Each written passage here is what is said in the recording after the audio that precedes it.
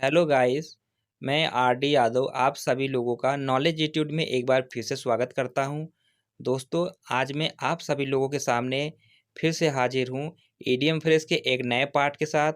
तो चलिए इस सेशन को स्टार्ट करते हैं। तो इस सेशन को स्टार्ट करने से पहले आप हमारे इस सेशन को लाइक करिए और इसे अपने दोस्तों तक शेयर करिए। और इसके अगले पार्ट के अपडेट्स के लिए और नोटिफिकेशन के लिए हमारे इस चैनल को सब्सक्राइब करिए और बेल आइकन को प्रेस करना मत भूलिएगा। तो चलिए शुरू करते हैं आज का सेशन। तो आज का पहला इडियम है stick to one's guns. Stick to one's guns means होता है टू रिमेन डिटरमाइंड, रिसोल्यूट और steadfast in one's opinion, belief और प्रोस्पेक्टिव्स। अर्थात अपने दृष्टिकोण या अपने बातों पर या अपने विश्वास पर अडिग रहना, चाहे कितनी भी मुसीबत आ जाए। अर्थात अपने मत पर आलोचना के बावजूद कायम रहना। अब इस इडियम को याद कैसे करेंगे? इसको याद करना बहुत ही आसान है। स्टिक टू वंस गन्स अर्थात अपने बंदूक से चिपके रहना। तो जैसा कि एक सैनिक होता है, वो युद्ध के मैदान में अपने बंदूक से चिपका रहता है, अर्थात बंदूक को लेकर युद्ध के मैदान पर डटा रहता है और अपने दुश्मनों पर फायरिंग करता रहता है लगातार। तो वो युद्ध के मैदान पर तब तक डटा रहता है जब तक कि उसके शरीर में जान है, अर्थात अपने अंतिम सांस तक वो युद्ध के मैदान पर डटे रहता है, चाहे उसे कितनी भी मुसीबत का सामना क्यों न करना पड़े। तो जिस प्रकार एक सैनिक जो है युद्ध के मैदान में बंदूक के साथ डटा रहता है, उसी प्रकार अपने काम में या अपने मत में डटे रहना, आलोचना के बावजूद भी। अगला इडियम है स्टिक वंस नेक आउट। इसका मतलब होता है टेक अ रिस्क, अर्थात खतरा उठाना या expose oneself to criticism, अर्थात आलोचना के बावजूद भी अपने आप को सबके सामने पेश करना या खतरा उठाना। अब इसको याद कैसे करेंगे? तो पहले जानते हैं ये इडियम आया कैसे है, कहाँ से आया। यह इडियम अमेरिका की कठबोली अर्थात स्लैंग, कठबोली क्या होता है, जो आम बोलचाल की भाषा होती है उसे कठबोली बोलते हैं, तो वहीं से जन्मा है, जो कि आज से लगभग 60 वर्ष पूर्व ये जन्मा है इडियम। तो यह इस घटना को संदर्भित करता है कि जो मुर्गे का जो बाड़ा होता है, तो बाड़े से पकड़कर लाए गए मुर्गे को जो है चॉपिंग ब्लॉक के ऊपर, चॉपिंग ब्लॉक मतलब जिस पर हम चॉपिंग करते हैं, जिस पर सब्जी काटते हैं, तो इसी चॉपिंग ब्लॉक के ऊपर जो है मुर्गे की गर्दन को रख कर चाकू या कुल्हाड़ी से काट दी जाती है। तो इससे क्या होता है, मुर्गे का जो जीवन जो है खतरे में पड़ जाता है। तो इस तरह से आप समझ सकते हैं, रिलेट कर सकते हैं इस इडियम को। स्टिक वंस नेक आउट अर्थात मुर्गे की गर्दन को बाहर निकाल कर या लकड़ी के ब्लॉक पर रख दिया गया और उसको काट दिया गया, जिससे उसका जीवन खतरे में पड़ गया। अगला इडियम है sticky and. Sticky and means होता है फिनिश इन अनप्लीजेंट वे, अर्थात बुरे तरह से बुरा अंत होना, किसी का बुरा अंत होना, या to experience an unpleasant death, या बुरी मौत मरना, या कह सकते हैं कुत्ते की मौत मरना कह सकते हैं। तो बुरे परिणाम में समाप्ति, अर्थात बुरे परिणाम के साथ समाप्त होना, स्टिकी एंड। तो इस इडियम का कोई खास ओरिजिन नहीं है, तो इसको आप ऐसे याद कर सकते हैं। एंड मीन्स होता है कि अंत होना या समाप्त होना, स्टिकी एंड। इसको आप कैसे याद करेंगे? इसको आप ऐसे याद कर सकते हैं। स्टिकी मीन्स होता है चिपचिपा। तो आपने देखा होगा कि जो जो इंसेक्ट अर्थात कीड़े होते हैं, वो मकड़ी के जाल में फंस जाते हैं, क्योंकि मकड़ी का जैसा चिपचिपा होता है, और जब उसके जाल में फंस जाते हैं तो वो अपने आप को छुड़ा नहीं पाते हैं और वहीं पर तड़प तड़प कर वो मर जाते हैं, और लास्ट में जो मकड़ी होती है उसे अपना भोजन या शिकार बना लेती है। अर्थात कीड़े का जो है एक स्टिकी अंत हुआ, उस जाल में चिपक कर वो मर गया। अगला इडियम है stiff necked. Stiff necked means होता है स्टबर्न एंड एरोगेंट और एलॉफ। स्टबर्न मीन्स होता है जिद्दी, एरोगेंट मीन्स होता है अभिमानी, एलॉफ मीन्स होता है जो दूसरों से अलग थलग रहे अर्थात पृथक, समाज से कट कर रहने वाला। हम कह सकते हैं कि अति औपचारिक और नहीं घुलने मिलने वाला व्यक्ति, ऐसा व्यक्ति जो समाज से दूर रहता, जो लोगों से घुलता मिलता ना हो और बहुत ही औपचारिक हो, बहुत ही फॉर्मल हो, ऐसा जो कि बहुत ही प्रैक्टिकल सोचता हो। तो स्टिफ नेक्ड मतलब ऐसा व्यक्ति जिसकी गर्दन जो है स्टिफ है। स्टिफ मीन्स क्या होता है? दृढ़, मतलब जो हिले डुले ना, दृढ़ रहे। ऐसा व्यक्ति जिसकी गर्दन एकदम दृढ़ रहे, इसकी गर्दन एकदम सीधी रहती हो, अर्थात आप जिसकी गर्दन झुकती ना हो, जो अपना गर्दन जो है ना झुकाए।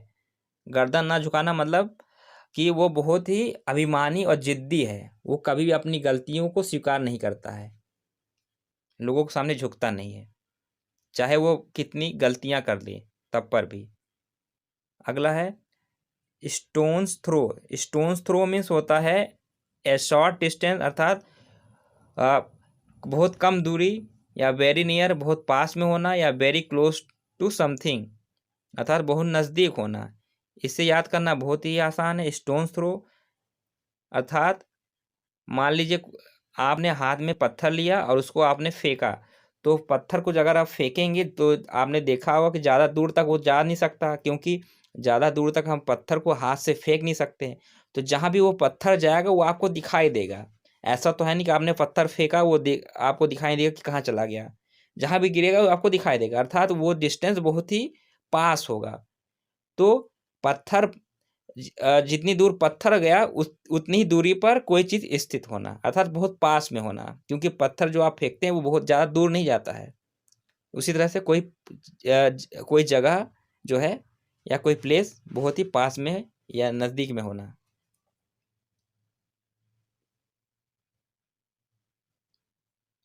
अगला है storm in a tea cup.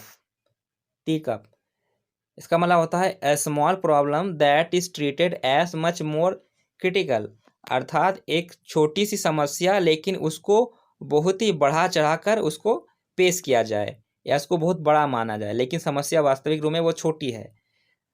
या कह सकते हैं कि a minor incident that has been exaggerated out of proportion, अर्थात एक छोटी सी घटना को हम बढ़ा चढ़ा के, एक्सग्रेट मीन्स होता है बढ़ा चढ़ा कर बताना, बढ़ा चढ़ा कर बताते हैं आउट ऑफ प्रोपोर्शन, मतलब जिस अनुपात में उसे बताना चाहिए अनुपात से ज़्यादा जो है उसे बढ़ा चढ़ा कर बताना, अर्थात समस्या का अतिशयोक्तिपूर्ण वर्णन, किसी समस्या को बढ़ा चढ़ा कर बताना। इसको आप कैसे याद करेंगे? इसको याद करना बहुत ही आसान है। Storm in a tea cup.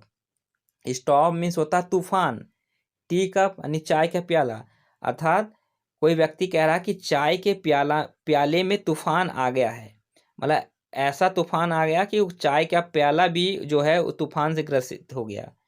तो क्या ऐसा पॉसिबल है? ऐसा पॉसिबल नहीं, अर्थात इस घटना को बढ़ा चढ़ा कर बताया जा रहा है। ऐसा बताया जा रहा है कि चाय के कप में तूफान आ गया, जो कि पॉसिबल नहीं है, अर्थात बढ़ा चढ़ा कर बताया जा रहा है चीज़ों को।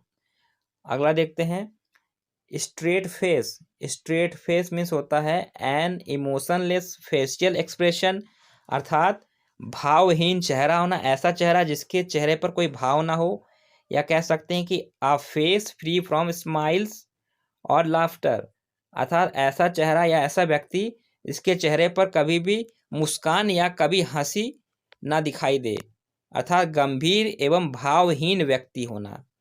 स्ट्रेट फेस इसको आप याद कैसे करेंगे कि मान लीजिए कोई व्यक्ति है, उसका फेस एकदम सीधा है, सीधा मतलब एकदम उसमें कोई एक्सप्रेशन ही नहीं, कोई भाव ही नहीं, एकदम सीधा सीधा फेस है, उसके चेहरे पर कोई भाव नहीं दिखाई देता है, प्लेन है।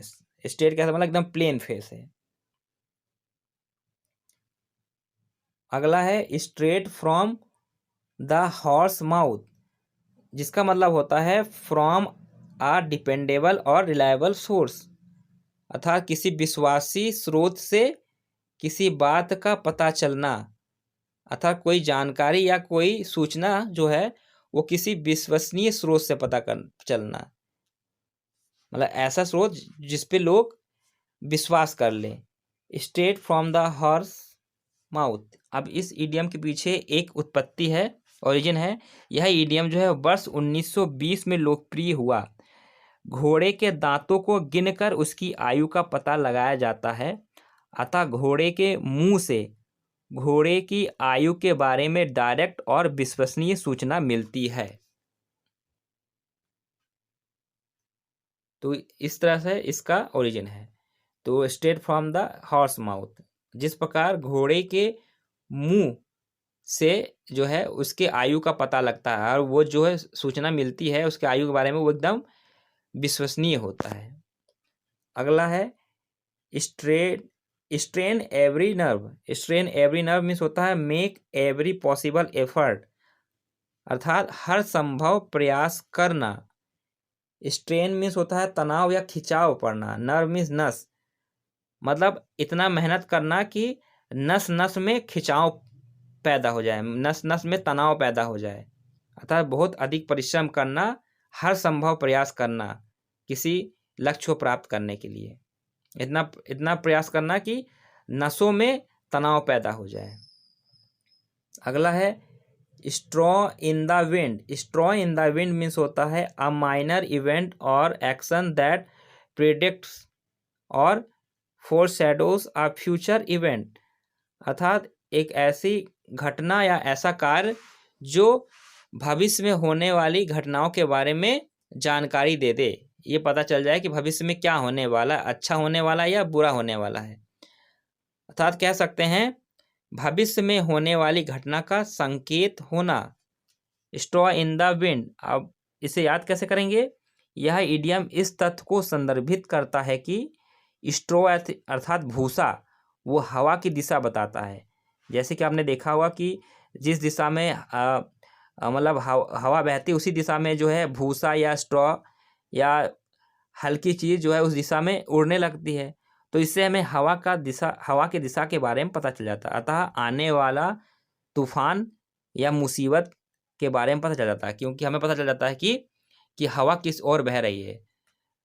मतलब मान लीजिए तूफान आने वाला है, तो तूफान के आने का सूचना हमें मिल जाता है कि हाँ बहुत तेजी से जो है धूल मिट्टी उड़ रहा है या हवा में भूसा या स्ट्रॉ उड़ रहे हैं, तो पता चल जाता है कि हाँ बहुत तेज आंधी आने वाली है। अर्थात आंधी जो है वो भविष्य में होने वाली घटना का सूचक है। पता चल जाता है कि मुसीबत आने वाली है, वो पहले से हमें पता चल जाता है। अगला है स्ट्रॉमैन। स्ट्रॉमैन मीन्स होता है a man of little importance, ऐसा व्यक्ति जिसे कम महत्व दिया जाए, या कह सकते हैं कि अ वीक आर्गुमेंट और opposing view setup by a politician या डिबेटर, अर्थात कोई राजनेता या कोई जो है वाद विवाद करने वाला व्यक्ति जो डिबेटर है, और उसका जो दिया गया जो तर्क है बहुत ही कमजोर हो, अर्थात उसके तर्क को जनता या लोग विश्वास ना करें, कह सकते हैं कि कमजोर तर्क देना। स्ट्रॉ मैन, इसको आप ऐसे याद कर सकते हैं, स्ट्रॉ अर्थात कोई व्यक्ति इतना हल्का है कि वो स्ट्रॉ अर्थात भूसे के समान है, मतलब हल्की से फूंक या हल्का सा अगर हवा का झोंका है तो उड़ सकता है। तो यह स्ट्रॉ मैन का मतलब इसको आप ऐसे रिलेट कर सकते हैं, स्ट्रॉ के जैसा हल्का, अर्थात कोई व्यक्ति जिसका व्यक्तित्व जो है उसकी पर्सनालिटी इतनी हल्की है कि जैसा कि भूसा था, भूसे के जैसा उसका व्यक्तित्व है, बहुत ही कमजोर व्यक्तित्व है उसका, भूसे के जैसा उसका व्यक्तित्व उड़ जाता है, यानी कोई भी उसके व्यक्तित्व को हिला सकता है या उड़ा सकता है एक फूंक मारकर। अगला इडियम है strike a chill to the heart. इसका सिमिलर एक इडियम है chill to the heart. Chill to the heart भी बोल सकते हैं या strike a chill to the heart. इसका मतलब होता है टू फ्राइटेंड, अर्थात डर जाना, या टेरिफाई या हॉरिफाई समवन, किसी को डराना या किसी को जो है परेशान करना, डर पैदा करना, किसी के अंदर डर पैदा करना। Strike a chill to the heart, अर्थात किसी का दिल जो है ठंडा हो जाना, strike chill to the heart, किसी का दिल जो है कब ठंडा होता है, जब वो कोई डरावनी चीज़ देख लेता है। तो हम कहते हैं ना कि मेरा दिल बैठ गया। तो कोई डरावनी चीज़ जब कोई व्यक्ति देख लेता है तो उसका दिल बैठ जाता है या उसका दिल जो है ठंडा हो जाता है। Strike a chord, strike a chord means होता है टू बी रिलेवेंट और फैमिलियर विथ समथिंग, या to trigger a strong memory और feeling based on which there can be a mutual interest. तो इसका मतलब क्या हुआ, टू बी रिलेवेंट और फैमिलियर विथ समथिंग, अर्थात किसी चीज़ से फैमिलियर होना अर्थात घुल मिल जाना, किसी चीज़ से घुल मिल जाना या किसी चीज़ से परिचित हो जाना, या कोई पुरानी यादें ताज़ा हो जाना। परिचित होना या किसी चीज़ की याद दिलाना। स्ट्राइक अ कॉर्ड, इसको आप याद कैसे करेंगे, तो यह फ्रेज जो है 18वीं शताब्दी में जन्मा है। ये इंग्लैंड में जन्मा है, इंग्लैंड के यानी मध्यकाल मिडिवल टाइम में, मध्ययुगीन काल में इंग्लैंड में जन्मा है ये इडियम, जो कि मोनार्ची और कोर्ट इंटरटेनमेंट के को दर्शाता है। मोनार्ची मतलब राजा, जब जो राजा का प्रशासन जब चलता है उसे मोनार्ची सिस्टम बोलते हैं। तो मोनार्ची सिस्टम से आया है, और जो राजा का जो दरबार होता है तो उसमें जो मनोरंजन के लिए जो व्यवस्था रहती है, जो संगीतक वगैरह रहते हैं उसमें, तो उसी से संबंधित है ये। तो स्ट्राइक का कॉर्ड का तात्पर्य है कि तार वाले वाद्य यंत्र से राग छेड़ना। जैसे कि दरबार में जो संगीतकार होते हैं वो क्या करते हैं, वाद्य यंत्र को का प्रयोग करके उससे राग छेड़ते हैं। तो ऐसा राग छेड़ना कि पुरानी यादें ताज़ा हो जाए। तो स्ट्राइक का कॉर्ड अर्थात तार वाले वाद्य यंत्र के तार को स्ट्राइक करना अर्थात उसको छेड़ना तार को, जिससे कि उस गाने को या उस संगीत को सुनकर पुरानी यादें ताज़ा हो जाती है। अगला इडियम है strike a short note. Strike a short note means होता है टू इंडिकेट या इंट्रोड्यूस और allude to something particularly unfortunate या अनप्लीजेंट और डिसएग्रीबल। टू इंडिकेट यानी दर्शाना या किसी चीज़ से परिचित होना, या समथिंग पार्टिकुलरली अनफॉर्चुनेट मतलब कह सकते हैं अनफॉर्चुनेट मतलब एकाएक एकाएक बिना सोचे समझे, मतलब जिसकी कल्पना ना की गई हो, अनफॉर्चुनेट या दुर्भाग्यवश कह सकते हैं। दुर्भाग्यवश, अनफॉर्चुनेट मीन्स दुर्भाग्यवश अर्थात दुर्भाग्यवश जो है किसी अप्रिय या विवादास्पद बात को सामने रखना। स्ट्राइक अ शॉर्ट नोट, इसको आप याद कैसे करेंगे, तो यह फ्रेज जो है इसको आप ऐसे याद कर सकते हैं कि नोट्स मीन्स होता है सुर, नोट मीन्स क्या होता है, सुर लगाना, और स्ट्राइक का शॉर्ट नोट का तात्पर्य होगा तीखा राग छेड़ना, मतलब ऐसा राग या ऐसा सुर छेड़ना। स्ट्राइक मीन्स नोट मीन्स होता है राग या सुर, तो स्ट्राइक का शॉर्ट नोट अर्थात कोई तीखी राग छेड़ना, ऐसा राग छेड़ना जो कि बहुत तीखा, तीखा मतलब जो लोगों को बहुत ही अप्रिय लगे, लोगों को बहुत ही बुरी लगे, अर्थात किसी अप्रिय या विवादास्पद बात को सामने रखना। अगला है सम एंड सब्सटेंस, इसका मतलब होता है द सेंट्रल और मोस्ट इम्पॉर्टेंट आइडिया या एस्पेक्ट और पार्ट ऑफ समथिंग, या कह सकते हैं टू एसेंस और समरी ऑफ समथिंग। कुल मिला कह सकते हैं कि मुख्य बात या सार तत्व। सम एंड सब्सटेंस, सम मीन्स होता है सार, जोड़ अर्थात सभी चीज का एक जगह समाहित होना, अर्थात किसी चीज का सार होना। सब्सटेंस मीन्स होता है, सब्सटेंस में क्या होता है, पदार्थ, अर्थात किसी पदार्थ का को एक जगह मिला लेना, कई सारे पदार्थ को, पदार्थ यहाँ पदार्थ मतलब जो है इंफॉर्मेशन या कोई तथ्य से, अर्थात किसी इंफॉर्मेशन को या कोई तथ्य को एक साथ मिला लेना, उसका सम कर देना, सम मतलब सबको एक साथ मिला देना, सार तत्व कह सकते हैं। अगला इडियम है स्वान सॉन्ग। स्वान सॉन्ग मीन्स होता है द लास्ट वर्क और performance of a play right, musician, actor etcetera before death और रिटायरमेंट। अर्थात कोई नाटककार, प्ले राइट में नाटककार या संगीतज्ञ या कोई जो है एक्टर अर्थात अभिनेता, उसका जो है लास्ट परफॉर्मेंस, उसका अंतिम अभिनय मरने से पहले, यानी मरने से पहले किया गया अंतिम अभिनय, आखिरी अभिनय। तो इसको अब याद कैसे करेंगे? यह शब्द जो है एक पुरानी मान्यता को संदर्भित करता है। यह मान्यता थी पुराने जमाने में कि जो स्वांस होते हैं अर्थात राजहंस जो होते हैं वह सामान्यतः जीवन भर मूक रहते हैं, वो बोलते नहीं हैं, परंतु जब वे मरने वाले होते हैं तो मरने से पहले एक सुंदर गीत गाते हैं। यद्यपि यह आइडिया बहुत पुरानी है और इस आइडिया का प्रयोग करके इंग्लिश में सर्वप्रथम वर्ष 1890 में यह इडियम दर्ज की गई। तो इस प्रकार इसका ओरिजिन है। तो स्वैन सॉन्ग था जिस प्रकार जो है एक राजहंस मरने से पहले अपना अंतिम राग छेड़ता है, उसी तरह से हम कह सकते हैं कि आखिरी अभिनय करना मरने से पहले। अगला है sweep things under the carpet. इसका मतलब होता है टू इग्नोर या डिनाई और कंसील फ्रॉम पब्लिक व्यू और knowledge something that is embarrassing, unappealing और डैमेजिंग टू वंस रेपुटेशन। तो इसको अब कह सकते हैं कि योजना आदि बर्बाद कर देना। शॉर्ट में हम कह सकते हैं कि कोई योजना बर्बाद करना।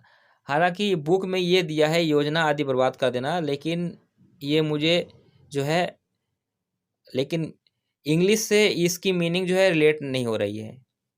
इसकी इंग्लिश मीनिंग ये है कि कोई बात या कोई घटना को जो है छिपा लेना, है ना, मतलब की हुई गलतियों को छिपा लेना।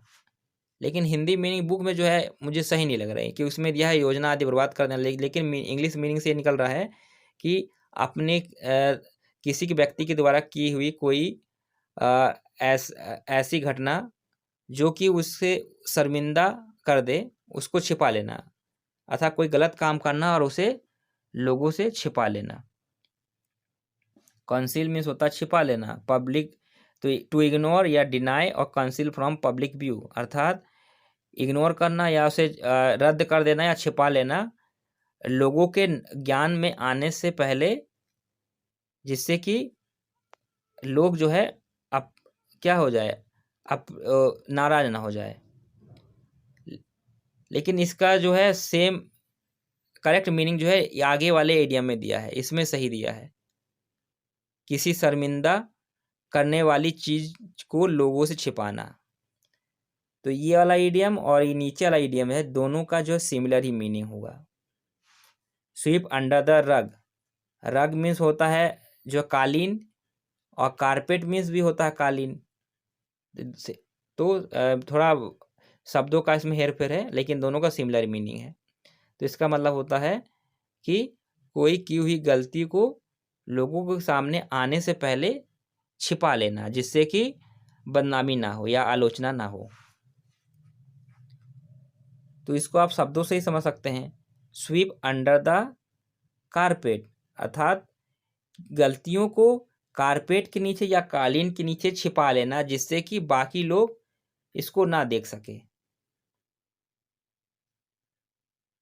तो आप इसकी हिंदी मीनिंग दोनों की सेम ये याद करिएगा, किसी शर्मिंदा करने वाली चीज को लोगों के सामने छिपाना। इसको भी याद कर लिए, हो सकता है एग्जाम में ऐसा पूछा गया हो। तो इसके सिर्फ दो मीनिंग भी हो सकती है कि योजना आदि बर्बाद कर देना या किसी शर्मिंदा करने वाली चीज को लोगों से छिपाना। तो दोनों मीनिंग हो सकती है। अगला है sweeping statement. Sweeping statement means होता है statement etcetera that is too general and that does not consider all facts used to show disapproval. अर्थात कोई ऐसा वक्तव्य या कोई ऐसा स्टेटमेंट जो बहुत ही सामान्य हो और उससे हर तथ्य की जानकारी ना मिलती हो, या उसका इस्तेमाल उससे लोग डिसअप्रूवल कर देते हैं, उसको मान ना करें। मतलब ऐसा वक्तव्य या ऐसा कोई स्टेटमेंट जिसे लोग ना माने, इससे जो बहुत ही सामान्य माने और लोग कह दे कि हाँ इसका कोई यूज नहीं है। अर्थात एक सामान्य वक्तव्य जिसमें किसी खास मुद्दे पर ध्यान नहीं दिया गया हो। स्वीपिंग स्टेटमेंट, स्वीपिंग मीन्स झाड़ू लगाकर फेंक देना, अर्थात ऐसा जो कि महत्वहीन हो। अर्थात ऐसा स्टेटमेंट जिसे स्वीप किया जा सके, इसे झाड़ू लगाकर फेंक दे, स्वीप करके पोछा लगाकर, सॉरी स्वीपिंग मीन्स होता पोछा लगाना था, पोछा लगाकर उस स्टेटमेंट को मतलब रिजेक्ट कर देना, पोछा लगाकर फेंक देना, अर्थात जिसका कोई महत्व ना हो। अगला है स्वेल्ड हेड या स्वेलोन हेडेड। इसका मतलब होता है an exaggerated opinion of oneself, अर्थात स्वयं के बारे में बढ़ा चढ़ाकर बताना या अपने बारे में कोई बढ़ा चढ़ाकर दृष्टिकोण बताना, ऐसा दृष्टिकोण जो वो अपने बारे में बहुत बढ़ा चढ़ाकर बोले। या टू बी कंसीड, एरोगेंट और सेल्फ एंग्रेडाइजिंग, सेल्फ एंग्रेडाइजिंग। तो कंसीडेड मीन्स होता है अभिमानी, एरोगेंट मीन्स भी अभिमानी होता है, और सेल्फ एंग्रेडाइजिंग मीन्स होता है शक्ति या प्रतिष्ठा में अपने आप बढ़ावा देना, यानी शक्ति या प्रतिष्ठा का बढ़ावा करना या अपने बारे में घमंड भरी बातें करना। इसको आप ऐसे याद कर सकते हैं, स्वेल्ड हेड या स्वेलोन हेडेड मतलब ऐसा व्यक्ति जिसका जो है सर जो है एकदम फूला हुआ है। सर फूला हुआ मतलब वो अपने सर को एकदम फुला के चलता है। सर को फुला के चलना मतलब उसके अंदर बहुत ही घमंड भरा हुआ कि मेरा सर हमेशा ऊंचा रहेगा, मेरा सर फूला हुआ रहेगा, तो घमंड की वजह से उसका सर एकदम फूला हुआ है। स्विम या गो अगेंस्ट टाइड, अर्थात समुद्र में उठने वाले ज्वार के विरुद्ध जाना या उसके ज्वार के विरुद्ध तैरना। इसका मतलब होता है टू गो अगेंस्ट और डिसएग्री विथ प्रिवेलिंग और पॉपुलरली हेल्ड ओपिनियन और प्रोस्पेक्टिव, अर्थात प्रिवेलिंग में प्रचलित, अर्थात प्रचलित मान्यताओं या विचारों के विरुद्ध जाना, या टू एक्ट और behave contrary to the majority of others, अर्थात ऐसा काम करना जिसे बाकी लोग मानते हो उसके विरुद्ध काम करना। मतलब जो चीज़ प्रचलन में है उसके विरुद्ध कार्य करना, विरोध के बावजूद आम परंपरा से विपरीत काम करना। इसको आप ऐसे याद कर सकते हैं, में उठने वाली लहरों के विरुद्ध जाना। यहाँ लहरें जो है वो मान्यताओं से है, मतलब जो जिस दिशा में जल बह रहा है, जिस दिशा में समुद्र की लहरें हैं उसके विपरीत काम करना, अर्थात उल्टा काम करना, कोई कार्य उल्टा करना, बाकी जो लोग करें उससे विपरीत कोई काम करना। और इसी का जो अपोजिट ईडियम है उसी का एकदम विपरीत है, स्विम विद द टाइड, मतलब समुद्र के लहरों के साथ साथ चलना, अर्थात परंपरा या लोगों के मान्यता के अनुसार कार्य करना। ओके गाइस, आज का ईडियम यहीं तक रखते हैं। इसका नेक्स्ट पार्ट आपको बहुत जल्द मिल जाएगा, तो इसके अपडेट्स और नोटिफिकेशन को पाने के लिए आप हमारे इस चैनल को सब्सक्राइब करिए और बेल आइकन को प्रेस करना मत भूलिएगा।